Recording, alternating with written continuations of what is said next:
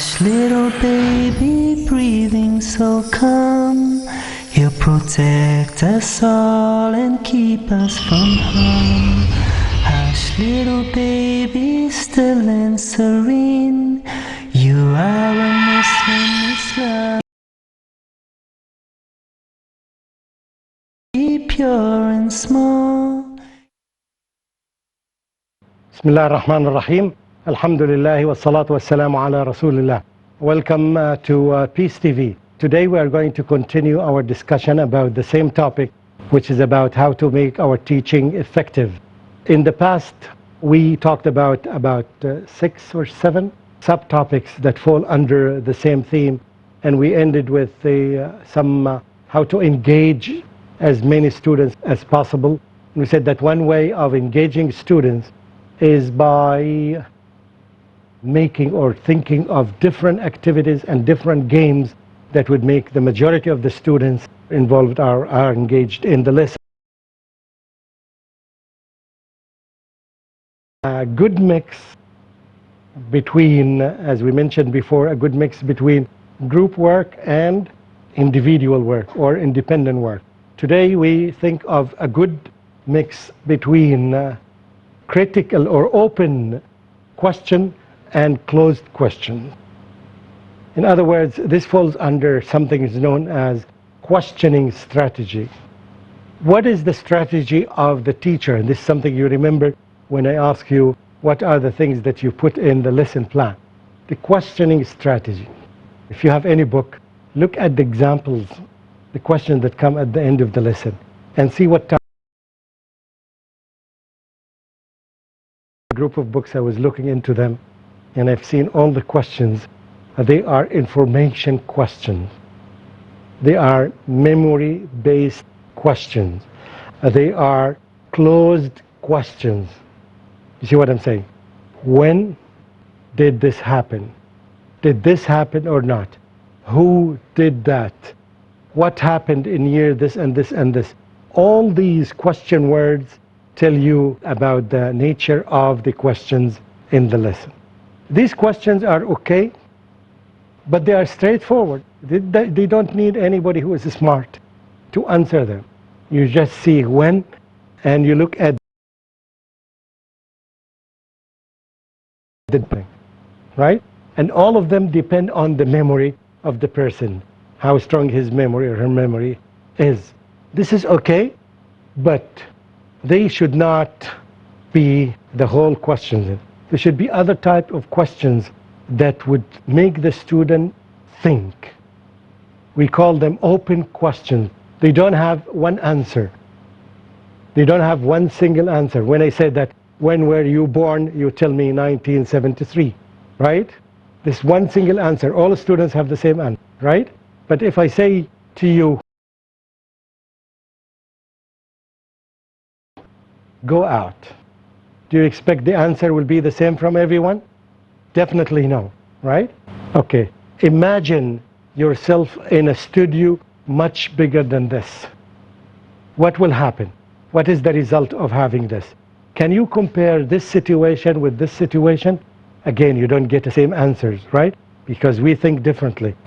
This is something very important. And when we say that a good mix or a good balance between these two, again, balance, good balance does not mean 50-50, right? It does not mean 50-50. It may mean our open question. It depends on what you want from the students. So I think having this balance is something very essential in our teaching. Why is this? If we keep asking and focusing on closed questions, we will have the result appearing in closed brains. You will have people, yes, they don't have opportunity to think. Let's say that you are cooking something, right? And the question comes, what happens if you put ananas to the cooking that you are cooking? Will the taste change? Will your husband accept it? Will your children take it easily? Will you see what I'm saying? And this is again advice for anyone who cooks or does something. Try to experiment. You've been doing this. If you change the amount of macaroni here or the amount of rice here, and you increase the amount of this and this. Try to experiment. These questions that we are saying are the ones who are going to make you creative, or to make your students creative. Any comment? Do you do this in your class? And tell me the percentage. Be sincere. Yeah, we are not in a court, but be sincere. I tell you the truth, when we were young, most of the students that we used to have in class and we used to do as teachers were closed. And a teacher would come, or an inspector would come, a visitor would come to the school. This is a wonderful class. And the reality is, it's not a wonderful class. It's not an amazing class. It's not even a realistic class. Because we focus on only information. And information itself does not tell you much. You need to analyze this information. And we will talk about this much when you have this information, the results of the students, for example, in front of you. You look at them, they're just grades and numbers. They don't tell you anything. They tell you when you analyze them. When you say, hey, the students who got 80% or more are 75% of the students in the class. So you have to analyze them to come to this, right? It tells you that 20% of the students got less than 50, right? So you have to make this analysis.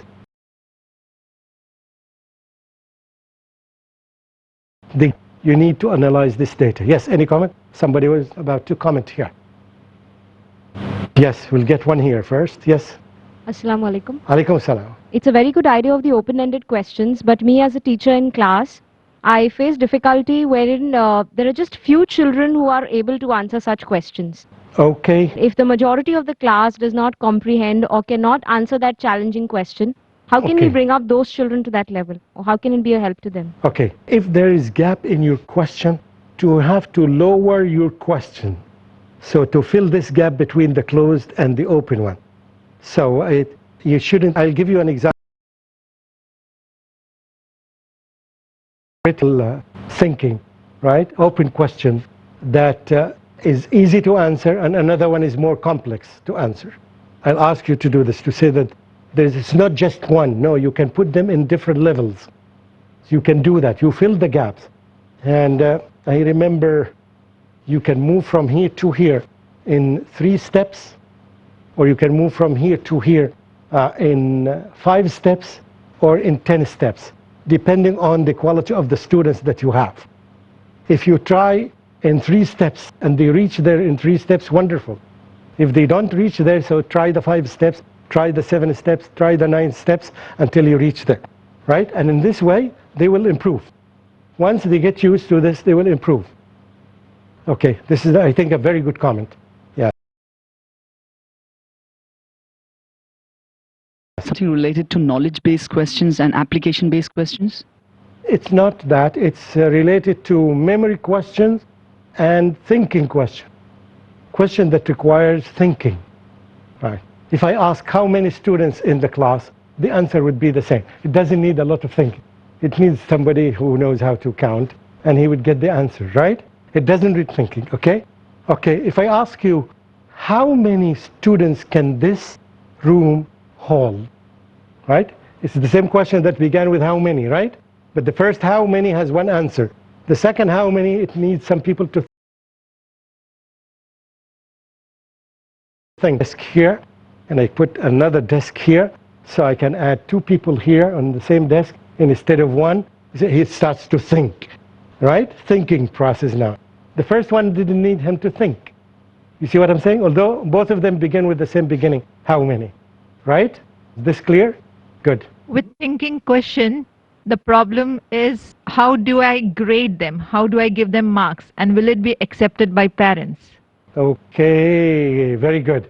Not everything should be accepted by parents. This is a question that I'm always confronted with. Teachers tell me that parents are not pleased with what. You go to a doctor, right? In the Middle East, you go to a doctor and tell the doctor, give me this medicine and give me this medicine. That's what's happening in the Middle East, by the way. You go to America and ask a person, if you tell the doctor, give me this medicine, he will kick you out from his clinic, which is natural, right? because he's the one to know, to tell you that you take this and you take this. Here, as a teacher, you are the doctor. You are the one to say that we are going to do this and we are going to do this. It's not the parents who will be pleased with this or not. Inshallah, we'll continue after we take a break. Assalamu alaikum wa rahmatullahi wa barakatuh. Bismillah ar-Rahman ar-Rahim. Welcome back. We will continue our discussion about a good mix between closed and open questions. But before we continue, I got some exercises for reading, some exercises and different types of activities in reading. I remembered one class. I want to focus on what I'm saying very well. I visited one class, and the teacher was teaching reading, and students had a book of 300 pages, and so the teacher would say, student number 12 and student number 25, open page 205. And they would open page 205 and they would start reading together at the same time, loudly. And then after they finished the page, we'd ask student number 14 and student number 8, please do the same thing, open a different page, and they did the same thing. None of them was delayed behind the other. They finished the page exactly on the same. And she had said, would you select any student by yourself? I said, yes, I would. So I selected student number 2 and number 13. She said, another one. And they did a wonderful job. Now, what is the message she was trying to tell me? This question is for you. And when I did that, I took myself and I was evaluating the teacher, and I left the room. I didn't stay in it longer than this. What is the message she was trying to give me? See, this is a critical thinking question. What is the message? Different answers from you. But what is the real message she was trying to give me? Yes. Perhaps I feel that she wanted to know, when you were there sitting and observing the lesson, whether you would pick out the best and not so good, one student from both the categories, one who's really good and one who's not all that good. Okay. So that's why she made that suggestion, to see which ones would you select based on your analysis of what you had heard. I selected, all of them did the same performance. That they used to practice reading, and it showed that when they were reading together also, that they were... The message she was trying to tell me. And that's why I didn't talk to her. I got the message and I left the classroom. The message that she was trying to tell me that, have you ever seen a better level than what you see by your eye? All students read on the same level. Not a single one of them makes a mistake. That means all of them are 100%. I don't need to see their grade. I've seen something that I've never seen in my life. I got the message very quickly, so I didn't ask her any question, and I left the class. Do you see what I'm saying? This tells me that she, as the sister explained, they got adequate training that they went to be in the same level. It's very difficult to find a place like this.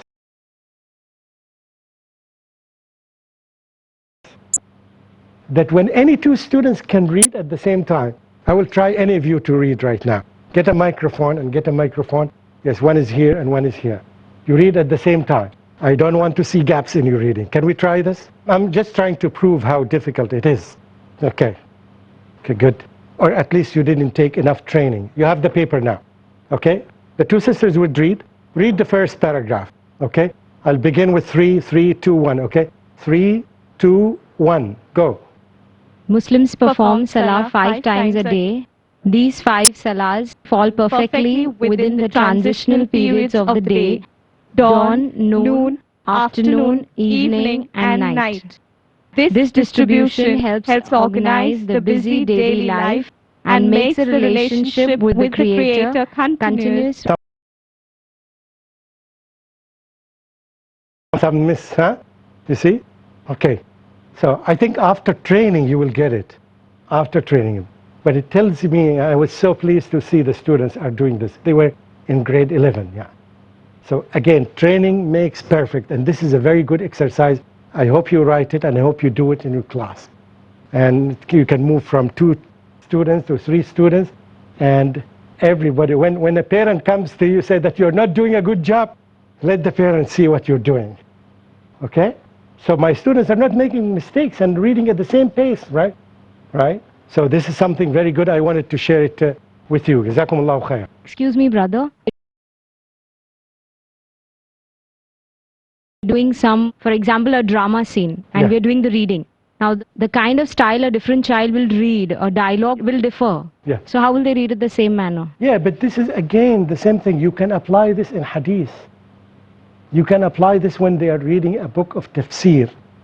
You see what I'm saying? You can apply it in many aspects. So it's, as I said, that you take the thing and you try to apply it even with little modification. But it shows a high level of expertise. Perfection. Perfection. I said perfect, yeah. Of course, the teacher for me was an outstanding teacher, because she is the one who made the students like this. It's not their parents, it's she who did this. Okay, this is an example. I hope you benefit from this. Yeah, some of the experience,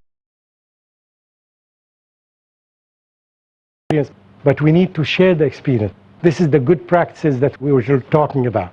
Good, let's go back to our topic, which is the good balance between mixed and closed question. The question I asked you, so I combined this. What is the message that you can get from here is an open question. Everybody can think, what is the message? And I'm quite sure we had different messages in our brains, right? So this is a kind of question that how it depends on the analysis. Yeah, what I am trying to do here. So let everybody express himself. Even the inactive, good, that's fine. In open questions, now there is nothing really wrong and nothing really correct 100%. There are many answers. That's why I go back to the question that she raised, which is that how can I grade this? She raised this question, how can I grade this? If I were you, anyone who gave an answer that makes sense would get the answer correct. Anyone that makes a response that makes sense, right? So he gets the highest number. Highest grade, right? Because you don't have a fixed answer. Yes, I was expecting you to say that she's trying to give you a message that there is nothing better than what I was expecting. You see what I'm saying? So it doesn't mean that different answers, different grades. Here, different answers, all of them can take, yes, the same grade. Okay, I hope you are clear about this. So it's no longer difficult to answer this. You can give me, although somebody would say that this is not the same answer, but I got the same grade. That's exactly what we want. Different answers, but the same grade, the same mark. Good. Any other comment about this before we ask you to apply this in your subject? One comment about having a good balance between open questions and closed questions is, for example, we find in the class, this is concerning differentiation. There are some students who are not very good at answering the open-ended questions, and they would leave the questions altogether in the paper. What I would do is combine a question which has closed aspect to it as well as an open aspect to it, so that the ones who are good, they will attempt the entire question and answer both the aspects, whereas the ones who are weak, because they've answered the closed-ended part of it, they will feel they will get a little bit push to go forward and at least attempt the open-ended part of it, so that it brings about improvement in their the open-ended question part of it. It's okay, but what I'm trying to say that not every question or not every discussion you should grade the students. Now we are in a normal lesson now. I'm not giving you marks, but this is how you develop them. Let's say that you do it 5 times a week like this without grading them. So you are just training them to think, all right? Without, this is a very good answer. This is an amazing answer. This is wonderful. This is great, right? You encourage them to think. Okay, what do you say about his comment? Do you agree with him or don't you agree with him? If they agree with him, right? And he says, why do you agree with him? And he gives you a right answer, a correct answer, so he's thinking. We need to train them how to think. Am I clear for that? And it's not every time you evaluate them. No, not necessarily you evaluate them. But you will notice after some time, every time that when you ask an open-ended question or an open question, that it's this student who is answering. So when you finish the class or in the break, something beside the student, so to know that he's doing fine, right? Take notes all the time in this book, so it would give you clear idea about the students, right? And this one who was never used to give an answer before, but now he's doing that. So he improved. He started moving from closed question to, right, thinking question. Focus on him later on, and you will find that he's improving. Good. Another comment? If I were you, I would have 2 million comments. If you don't have any comment, now it's time to think of examples, 2 examples. One is a very difficult, high critical thinking question.